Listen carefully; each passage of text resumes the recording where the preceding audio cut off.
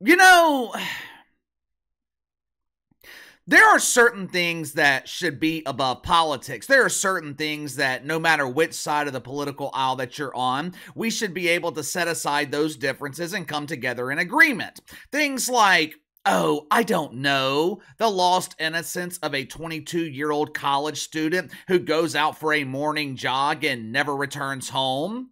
Obviously, what happened to Laken Riley should never happen, but it makes it even worse when we know it could have been avoided. Situations like this were avoided, at least for the most part, from 2017 to 2020, when we had a secure border, when we had a president who was willing to enforce the law. These types of tragic situations, they just weren't as common.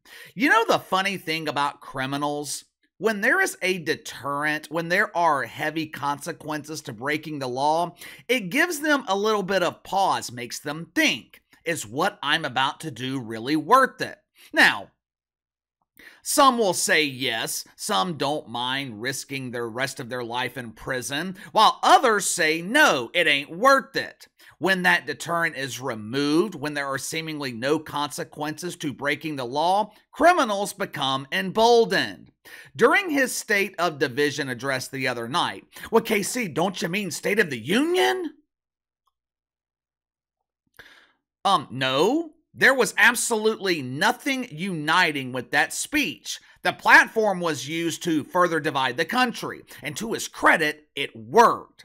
During his State of Division the other night, our fearless leader John Biden, he was given the opportunity, while the entire country was watching, to honor the memory of Laken Riley. He was given the opportunity to be an actual leader. Johnny B. Biden was given the opportunity to put politics aside and create a rare moment where everyone could actually agree, or at least everyone should agree, that an illegal immigrant taking the life of an innocent young woman is unacceptable. Laken Riley, she had her life taken away February 22nd. For 2 weeks, John Biden refused to acknowledge her. Now you gotta remember, this is the same John Biden who claims to be the president for all Americans. But it seems like John is only representing certain Americans. Seems like Johnny B. Biden is only president for some Americans as long as it's politically convenient, as long as they help further the agenda. Well, not his agenda, obviously. As you guys know, John, he's not capable of keeping his tricycle balanced, much less coming up with an agenda to keep the middle class struggling while encouraging them to rely on their heroes in the federal government for safety and income. I can be your hero, baby.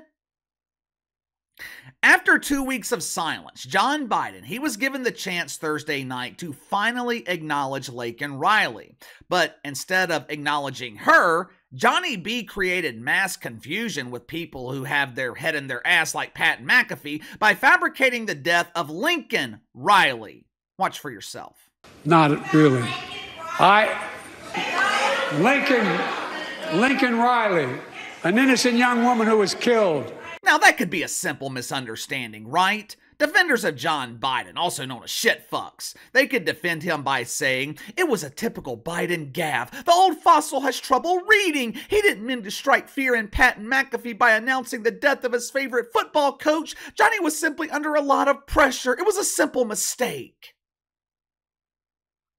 Normal people wouldn't bite into that shit sandwich, but parishioners of Woke United Methodist, they would ask for seconds. Can you add a little Grey Poupon on my second serving? It is absolutely inexcusable that John Biden mispronounced her name the other night. Hell, not only did he mispronounce her name, he also violated the woke commandments by committing the crime of misgendering. Laken Riley was a beautiful young woman. Laken Riley is a dude. Believe it or not, just like normal people, the shitfucks, they're upset with John Biden too. But they're not upset with him for mispronouncing her name. They're not even upset with Johnny B for committing the crime of misgendering. No! That violation is secondary. It's a misdemeanor compared to the felony violation of the woke commandments committed by John Biden Thursday night. When he was describing people who cross the southern border, or northern border for that matter, John Biden, he had the audacity to describe them as illegals. That is discrimination. You can't call them illegals. That word is painful, and most don't have the benefit of having an emotional support shovel.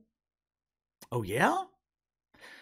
Well, how are you supposed to describe it? Seriously, when someone breaks the law, when someone does something illegal, how are you supposed to describe it? Luckily, deacons at Woke United Methodist, they have given us the proper terminology. The term illegal immigrant, antiquated. Illegal alien, passé.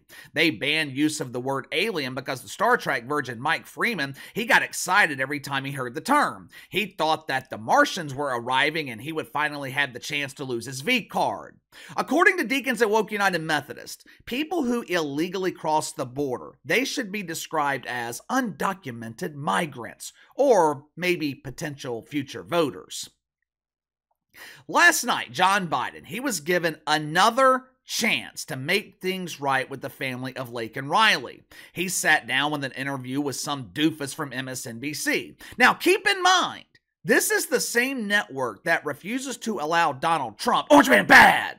They refuse to allow the Trumper to speak on their platform because they claim to have a responsibility to protect you from lies and propaganda. MSNBC won't give a platform to the Trumper, but the network who claims to be the arbiters of truth, they have no problem giving a platform to the inventor of lies. Now, you would think that an interview with the president would be a big deal, right? Unlike CNN, MSNBC does have actual stars at the network. Since they were given an exclusive interview with the president, you would think that MSNBC would have Rachel Maddow, Joy Reid, super nerd Chris Hayes. Hell, maybe even that dude that works the late shift in prime time. What's his name? Larry O'Connell or Lawrence McDonald? Who cares? Doesn't matter what his name is. The point is, you would think that MSNBC would use one of their heavy hitters to interview our fearless leader. Instead, they give the interview to some dude that no one has ever heard of. That's how important an interview with John Biden is to MSNBC. Anyway, he was given the opportunity to make things right. He was given the chance to finally acknowledge Laken Riley, maybe even apologize for his mistake the other night. Good news is, John Biden did apologize. Problem is, he did not apologize to the family of Laken Riley. Watch for yourself. You used the word illegal when talking about the man who allegedly killed Laken Riley. An undocumented person. And I shouldn't have used illegal. It's undocumented. I'm not going to treat any of these people with disrespect. If you're an American, it seems like the message couldn't be any clearer. John Biden is not worried about treating you with respect, but he is overly concerned with treating people who come here illegally with respect. But that's okay. That's okay. I don't really want John Biden's respect anyway. I just want him to go away. This is absolutely disgraceful. We have a president who is more concerned with respecting what he calls undocumented people than respecting the Americans he is supposed to represent. The humiliation continued last night for John Biden before his campaign stop in Georgia, where there were more donuts than people. Seriously, the crowd for John Biden in Georgia, it was so sparse, the security outnumbered the crowd 3-1. Before he spoke to a dozen people in Georgia, John, he made a stop in Philadelphia. With everyone losing an hour of sleep last night, Johnny B. Biden, he wanted to make sure people got to bed early. And what better way to fall asleep early than listening to a painfully boring speech given by John Biden? During the speech, he begged the people of Pennsylvania to elect him. Not as president, though. Not as president. Watch for yourself. Pennsylvania, I have a message for you. Send me to Congress that I can support this right, and I promise you, if we take back Congress, we will restore Roe v. Wade as the law of the land. We all make mistakes when speaking in public. Hell, Katie Britt had a speech the other night where it was 15 minutes of mistakes. One of the worst speeches I've ever seen, and it sucks because Katie Britt had a phenomenal message. But the message was overlooked because Katie Britt decided to deliver the speech by speaking in platitudes and talking to you like you were her emotional support puppy.